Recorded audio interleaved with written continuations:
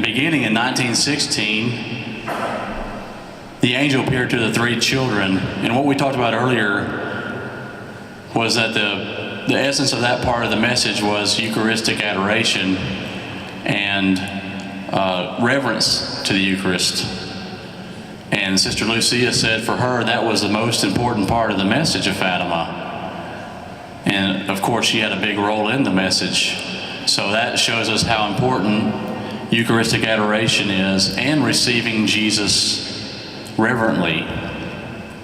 So that is the main aspect of that part of the message, and also offering up our sufferings again. The angel told them to accept and bear with submission all your sufferings. That's what the angel told the three children. The following year, in 1917, May, what we're celebrating today, the 100th anniversary of Our Lady of Fatima, the Blessed Mother appeared to the three children. The significant part that I always look at, with the sixth apparition, she appeared from May to October. And the first thing she would say is, pray the rosary every day for peace.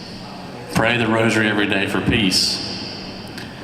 And very important part of the message. And what we're going to do is go through different aspects of the Fatima message. And the first one is to stop offending Jesus. Our Lady said on October 13, 1917, do not offend the Lord our God anymore, because He is already so much offended. People must amend their lives and ask forgiveness for their sins. Now, when Our Lady said these words, she was very sad. You can kind of see that. You look at the world even today, we're dealing with a lot of issues. We're dealing with abortion and murder, all kinds of different issues that we're dealing with. And Our Lady's very sad. And all these deadly sins, all these sins that we're committing are offending our Lord and Our Lady. Because mortal sin, when you commit a mortal sin, it's the greatest offense to God. And it's great to see the confessionals and all the people going to confession today. That's part of it. That's part of living the message of Fatima. What happens is mortal sin, it makes us a sin to the devil.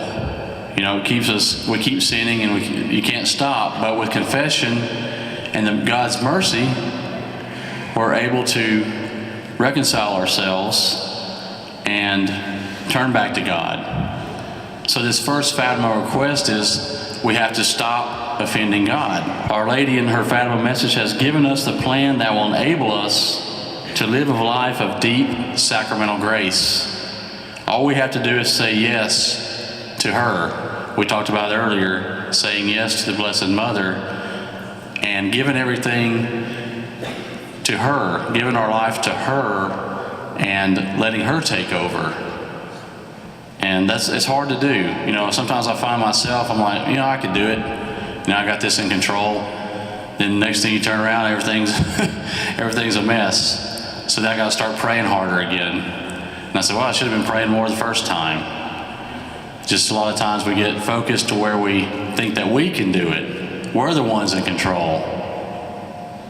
But we're not in control of our lives. God is in control. And when we get closer to Him, He will take care of the things that we need taken care of. And He'll allow things to happen for a greater purpose. The second aspect of living the message of Fatima is one of the main ones, praying the rosary daily. Now, sometimes it's hard to do. I get emails or calls. I just don't have time to pray the rosary. I don't have time. How do you make time? Well, I give them some different solutions that work for us. With the large family, I actually use it as a disciplinary thing, because I tell the kids, hey, we're at church. We're in here, we're praying the rosary at home.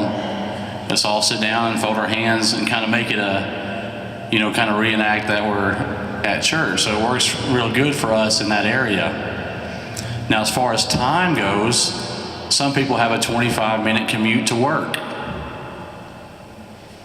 Just have your rosary in the car, say your rosary on the way to work, 25-minute commute, so you said your rosary today. It's just a discipline thing, where it's something that I know people that they're forgetful or just have issues remembering things, and they'll actually schedule when they say their rosary. So, but however it works for you, we're all different. We have different situations in life, but try your best to live this part of the message, because apparently it was very important, because Our Lady mentioned it on the 6 occasions of the 6 different apparitions. Pray the rosary every day for peace. The Holy Rosary is a dynamic and contemplative prayer, and it invites us in a prayerful way to meditate on the mysteries. So we're meditating on the mysteries of Christ in the Rosary, and in some aspects of the Blessed Mother, because a lot of she's there right along the way. She's there with him. The Rosary creates a powerful atmosphere in our daily lives. It can stop war. If you Google praying the Rosary, or you'll come up with a thing where it says how the Rosary has stopped different wars throughout history. It's very powerful. The Rosary is very powerful. And I know that just in my life. I'll tell you a little story that happened about a year ago. I had a niece, it's my wife's godchild, was involved in a head-on collision with an 18-wheeler. And of course, when you hear that, you don't know any other details but that, you automatically think the worst. And so my wife and I said, let's get the kids in the living room, let's say a rosary. And it was all over Facebook. I'm not a big Facebook fan, but we use it for the apostolate. So I see different things, and it was all over, and people were just praying the rosary for this little girl. And it was so hard. We thought she was gone. And I don't know, when we finished that rosary, you felt this peace. You felt this peace about it, And then all of a sudden, probably 15 or 20 minutes later, they said that she's going to be okay. She had to have a lot of stitches, and I think she might have broke a pelvis or something. But in 4 or 5 days, she was out of the hospital. And I attribute that to all the people praying the rosary. It's powerful. And I think I was talking to a gentleman, he's a friend of mine. He used to travel with the International Pilgrim Virgin statue. Looks similar to this, but this is the Immaculate Heart. The other one's the Pilgrim Virgin. I don't know if it come to your diocese here. Well, he used to travel with it back in the 70s. And he would tell me different things like, the Blessed Mother he said sometimes her face would change. When he'd take her to different parishes, her face would change. He said one time a priest was kneeling down when he brought the statue in, and the scapular on her hand started swaying back and forth. And the priest grabbed his shirt. He realized he didn't have a scapular on. So it's a really miraculous statue. But we were talking about the rosary, and I was asking him, I said, what is your concept about it? He said, people think it's too easy. Don't that make sense? Okay, all we have to do is pray the rosary for peace. Wow, don't that sound too simple? And people neglect it because I think it's too simple. They're like, well, I don't know if that's going to work. Is that going to work? So they neglect it. So what I'm telling you today is don't neglect it. It's very powerful. When you get when you get down or you have an issue in your life that you're dealing with, the rosary is very powerful. Another aspect of the Fatima message is offering our sacrifices, offering our sufferings to Jesus. Our Lady said in July 13th, 1917, "Sacrifice yourself for sinners," and say many times, especially whenever you make some sacrifice, "O Jesus, it is for your love, for the conversion of sinners, and in reparation for the sins committed against the Immaculate Heart of Mary." There are several kinds of sacrifices that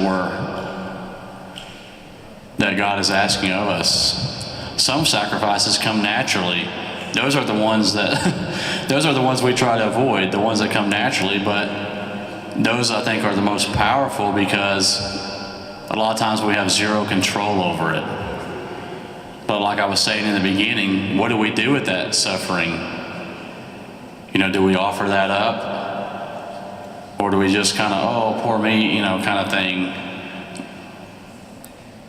We should be offering up these sacrifices for the conversion of sinners and for world peace and for the holy souls in purgatory. On May 13th, 1917, Our Lady said, "Are you willing to offer yourselves to God and bear all the sufferings He wills to send you as an act of reparation and in supplication for the conversion of sinners?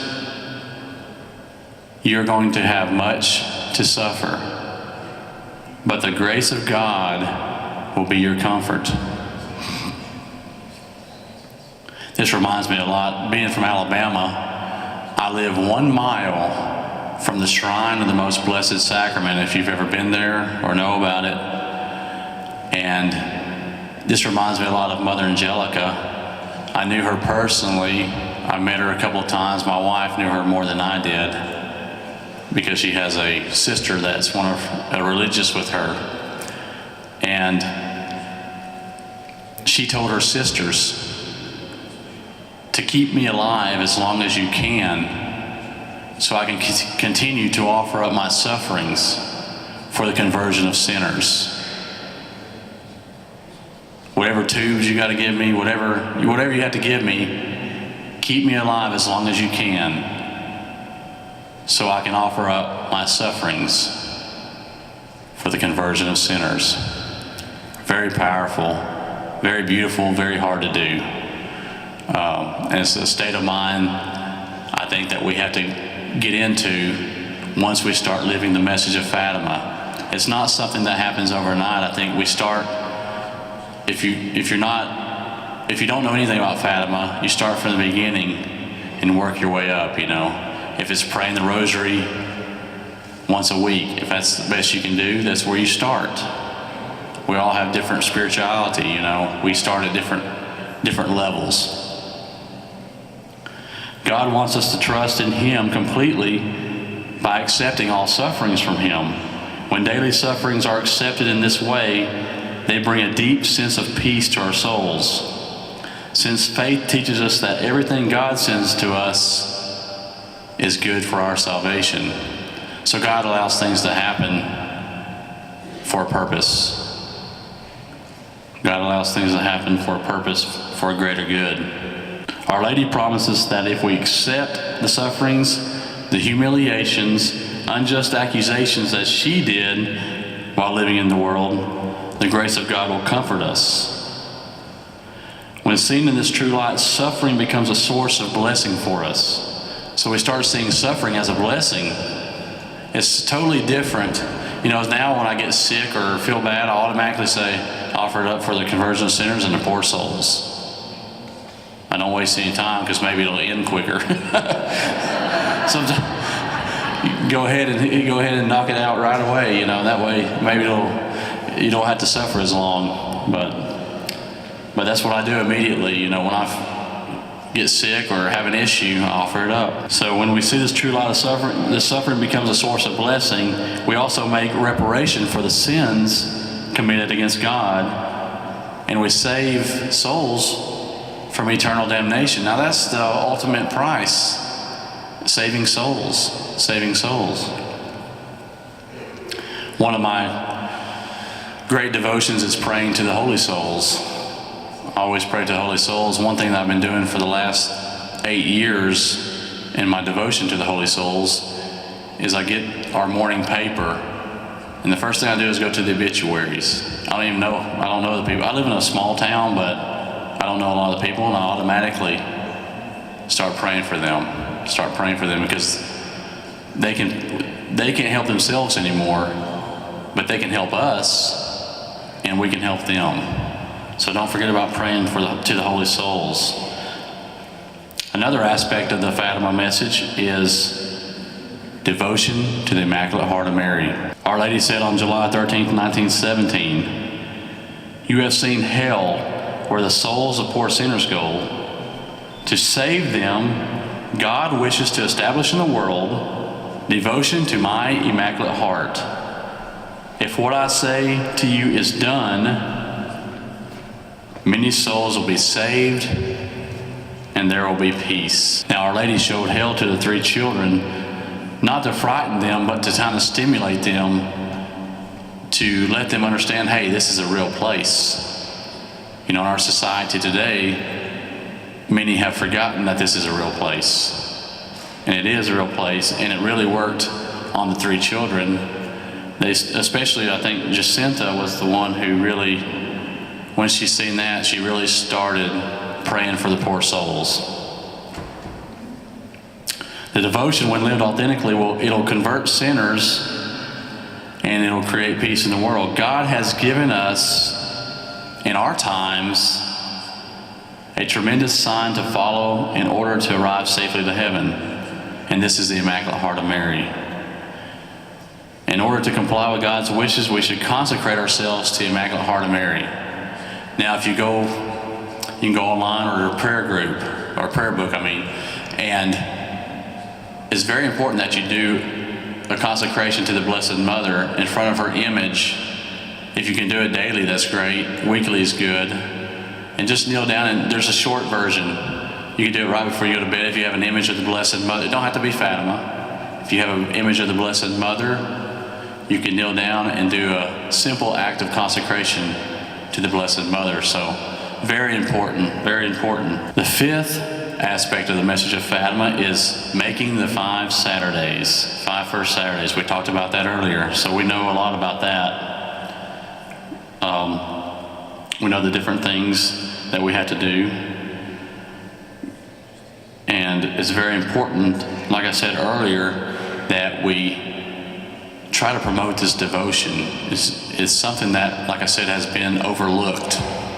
And if you can coordinate this in your parish, or coordinate this with somebody in your parish to try to start the 5 first Saturday devotion. I was talking to somebody earlier, and we were talking about, think about it, it's just 1 Saturday a month. 1 Saturday a month to receive all those graces, to go to confession, to pray the rosary with the parish, to do all these things, to Eucharistic adoration. Very important for the spiritual lives, not only of yourself, but for the whole parish. The 6th aspect of the Fatima message that we haven't talked about much is the brown scapular. In October, Our Lady came as Our Lady of Mount Carmel, and she had the scapular in her hands. And during the miracle of the sun, she appeared with that, holding the child Jesus in her arms, and in her right hand she held out the brown scapular to the world, asking her children to wear it as a sign of consecration to her Immaculate Heart. So the scapular is a sign of the consecration to the Immaculate Heart. So if you're wearing that, it has other things attributed to it. We're not going to go into that. You can Google it into all the benefits of wearing the brown scapular. But I think it's important to realize that Our Lady wanted this, because a lot of times, I remember years ago when I became involved in the apostolate, Father had already passed away, and I had to do a radio interview. And just thinking, just because I stepped into a position I thought, well, I know enough about Fatima. I can do this thing, I can do this interview. Well, these guys, I don't know, now I can't remember if it was even Catholic. They got on there and roasted me about the brown scapular. Well, you think it's this, and if you wear that, you're not going to go to hell. And boy, they were, at the break, I flew out of my office, I grabbed a bunch of books, I opened it to the brown scapular and tried to recover what I didn't know. But oftentimes, we don't know. People ask us, well, why do you wear the brown scapular? Well, it's, to keep us from the fires of hell. That's Our Lady promises that. But it has a lot of other devotions attached to it. But the main thing that I would tell them is that it's a sign that I am consecrated to the Immaculate Heart of Mary. I am consecrated to the Blessed Mother.